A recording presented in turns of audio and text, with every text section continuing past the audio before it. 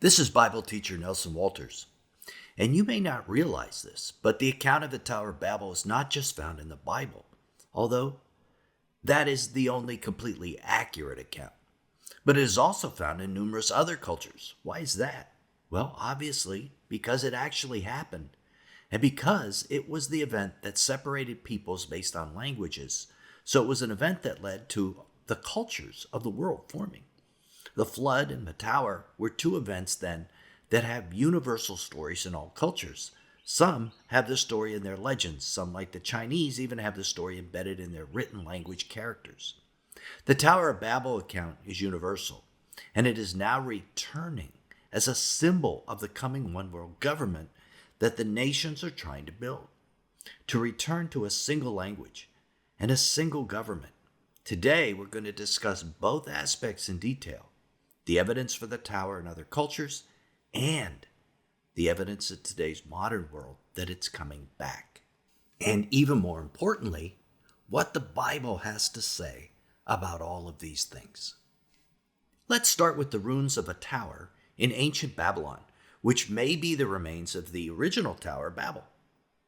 The Entemenaki, or House of the Foundation of Heaven and Earth in ancient Sumer, was famously rebuilt by the 6th century BC Babylonian dynasty rulers, Nabopolassar and Nebuchadnezzar. Yeah, that guy.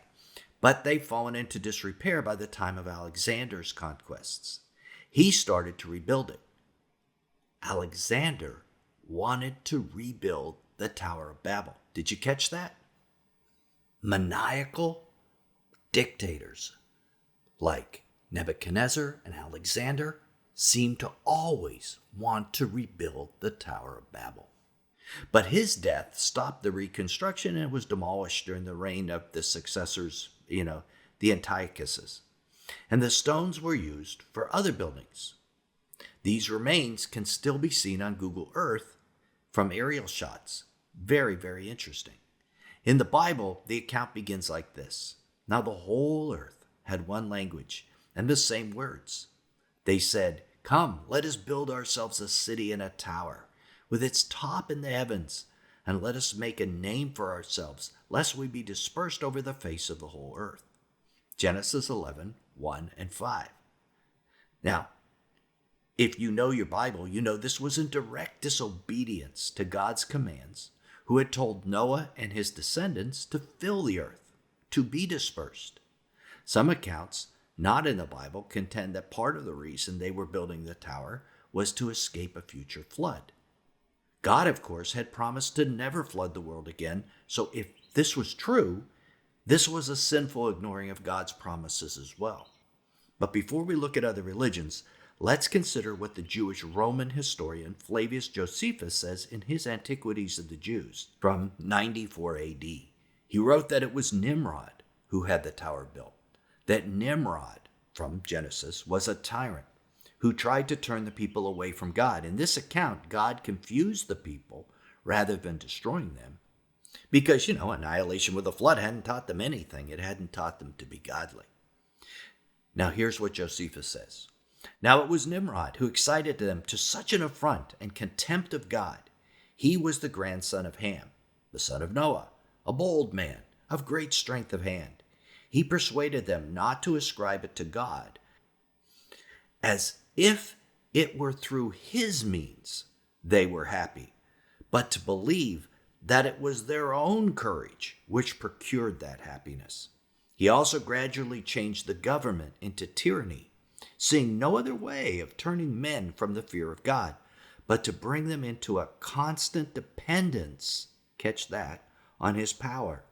Now the multitude were very ready to follow the determination of Nimrod and to esteem it a piece of cowardice to submit to God. So this was the initial one world government. And notice the means he used for turning people away from God, according to this account, through tyranny and through ascribing good things to man's effort and not to God's blessing. Sounds very familiar. Sounds like our modern world, doesn't it?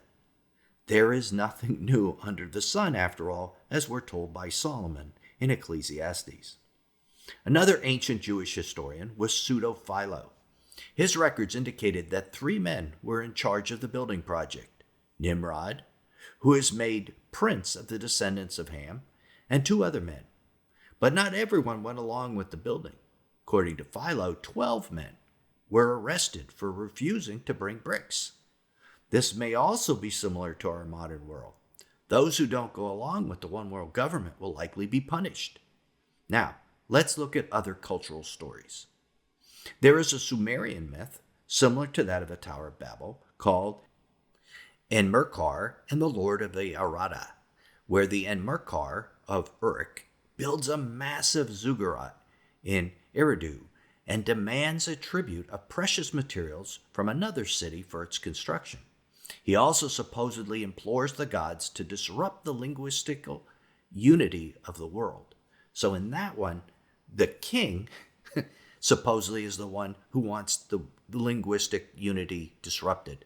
Of course, that makes no sense, but you could see a king saying, yeah, I was the one who did that. It wasn't God, it was me. In Greek mythology, much of which was adopted by the Romans, there's a myth referred to as the Gigantomachy, the battle fought between the giants and the Olympian gods for supremacy of the cosmos. Carvings of this battle are found on the altar of Zeus, or what the Bible calls the throne of Satan from Pergamum. This is mentioned in the book of Revelation. The giants attempt to reach the gods in heaven by stacking mountains one on top of another, but they're repelled by the king god Jupiter's thunderbolts. Now, a lot of similar Tower of Babel accounts are found in Central and North America. The ancient Toltecs believed that after a great flood, people erected a tall zakulai, or tower, to preserve themselves in the event of a second flood. However, their languages were confounded, and they went to separate parts of the earth. Think about it. Think how uncannily similar this is to the biblical account. First a flood, then a tall tower, then separation of languages, and then the people went to separate parts of the earth. I mean, if that isn't almost identical to the Bible, I don't know what is. So you must ask yourself, how did the Toltecs come up with this legend? The Tohono O'odham people of Arizona believed that Montezuma escaped a great flood. Interesting that was the name they gave to the Noah character, then became wicked and attempted to build a house reaching to heaven. But the Great Spirit destroyed it. The Cherokee Indians of North America also believed their people decided to construct a huge tower reaching the heavens to protect them from a flood. They believed this happened when we lived beyond the great waters, where there were 12 clans belonging to the Cherokee tribe. And back in the old country in which we lived, the country was subject to great floods. So in the course of time, we held a council and decided to build a storehouse reaching to heaven. When it reached the highest heavens, the great powers destroyed the apex, cutting it down to about half its height. But the tribe was determined to repair the damage done by the gods. But after it was completed, the gods destroyed the high part again, and the language of the tribe was confused or destroyed.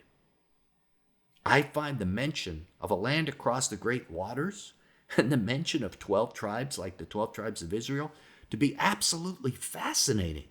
Again, where did this come from? The Choctaw Indians of North America also have a story about the Tower of Babel. Their creator god, Abba. I read that and I stopped in my tracks. This is the same name Jesus uses for Abba Father. Abba means father. Originally made all the people to speak the same language. But after they built a pile of rocks to reach the sky, the wind blew the rocks down, separating the people into different groups. On the 4th day, the people found they were unable to understand each other's languages. The Tharu of Nepal and northern India also have similar tower stories. According to David Livingstone, the people he met near Lake Ngami in Botswana, Africa, also had a tower story, but with the builders' heads getting cracked by the fall of the scaffolding. The written Chinese language is one of the oldest on earth, so it's not surprising that its written character for tower has implications from the biblical account. There are 4 parts. The first part means dirt. The second part means grass. The middle part means people. And the fourth part means one. Taken together, the last 2 segments, one people, has another meaning, to speak. And combined with the second element, it means united. So people with a united speech is in view. The grass growing in dirt is also interesting and may refer to the tower after it lay in disrepair after God confused the languages. So other than the Tower of Babel account, what other possible reasons would the Chinese have for using these symbols in creating the character for tower? The Tower of Babel is a deeply embedded story in many cultures, as we just saw. As for Christians, it's an account of man's rebellion against God and an account of a great sin. However, modern globalists actually see it as a symbol of what they want to accomplish: a one-world government.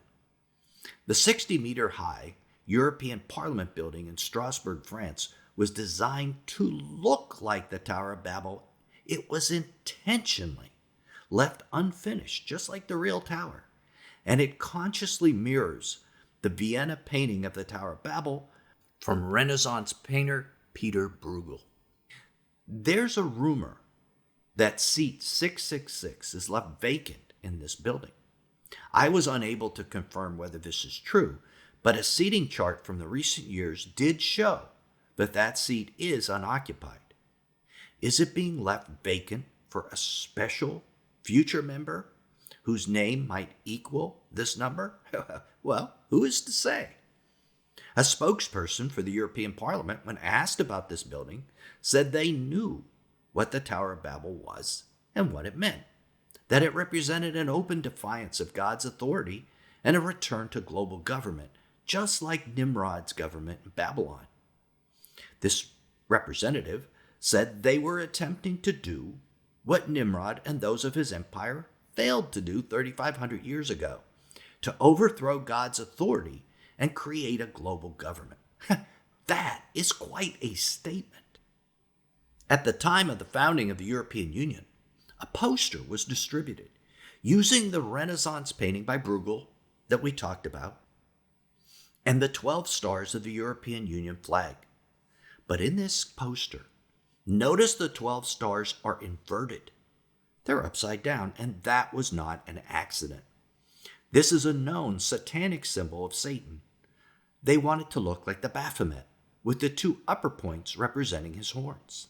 And the slogan on the poster is many languages, one voice.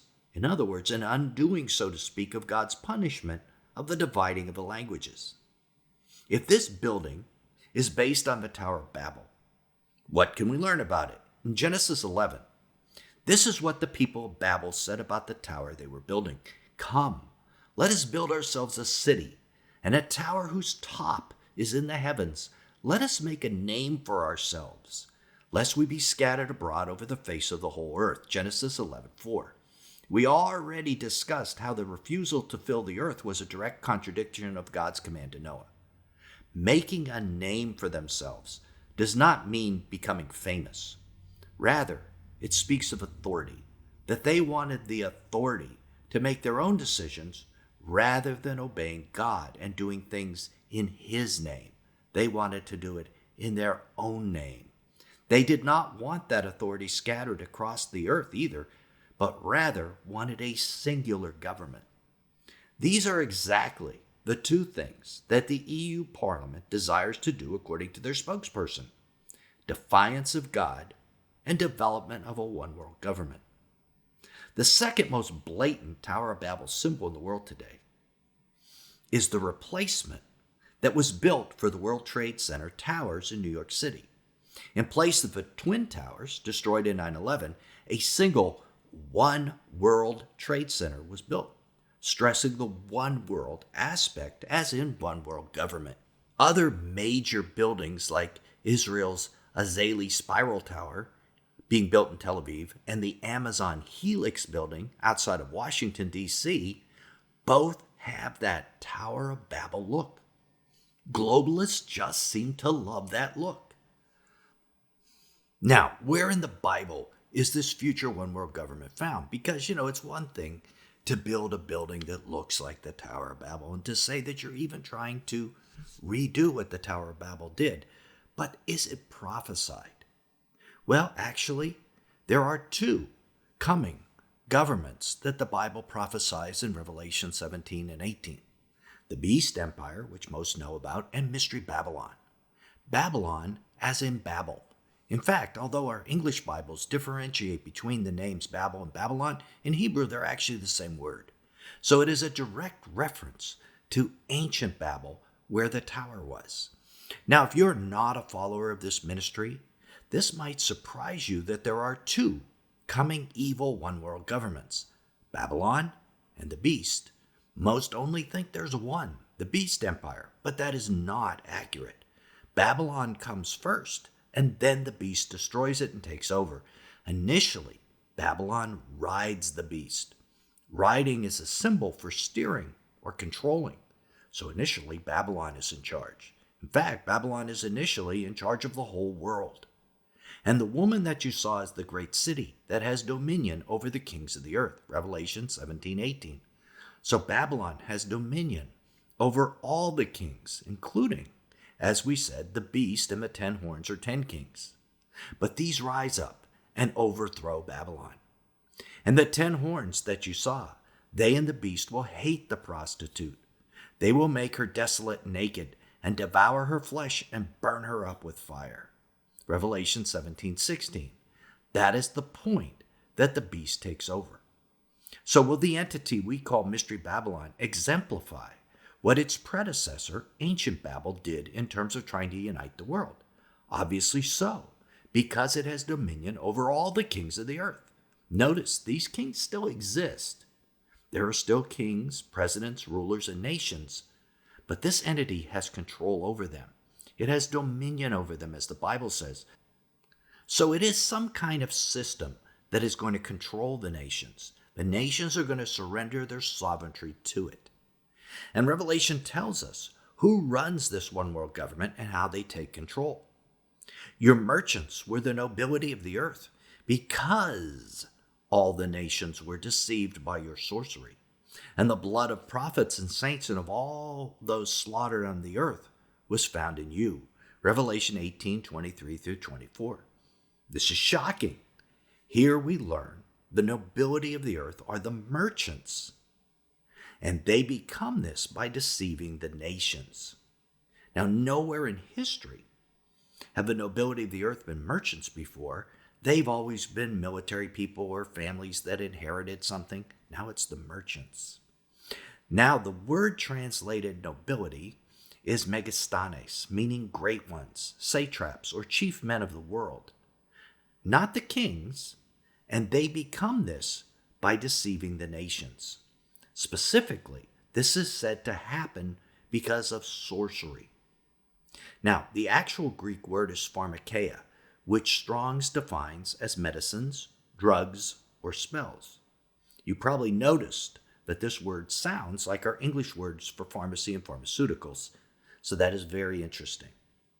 Might medicine or drugs, developed for satanic purposes, be the means by which the merchants or corporations take power in our world in the end times? That seems to be what this passage is saying. And this power leads them to slaughter many, both Christians and non-Christians. This seems to be the path by which the one world government comes to power and what we can expect in the future. The concentration of power in one place, not the scattering of power over the face of the earth. Very Tower of Babelish. And ultimately, this move to a one world government will also lead to one language. How? Possibly through transhumanism and hooking up brains to computers. If everyone is linked to a computer, they can communicate with each other mind to mind. This is not found in the Bible, but it is something that seems to have some truth and possibility in today's world. Now, the World Economic Forum are taking the lead in regard to this move to transhumanism, the creation of a new human-like species. Click right here to keep watching and learn what the maniac World Economic Forum spokesman Yuval Noah Harari has to say about his desire to end the human race. Yes, you heard that correctly, and start a new one. Till then, this is Nelson, and I'll see you there.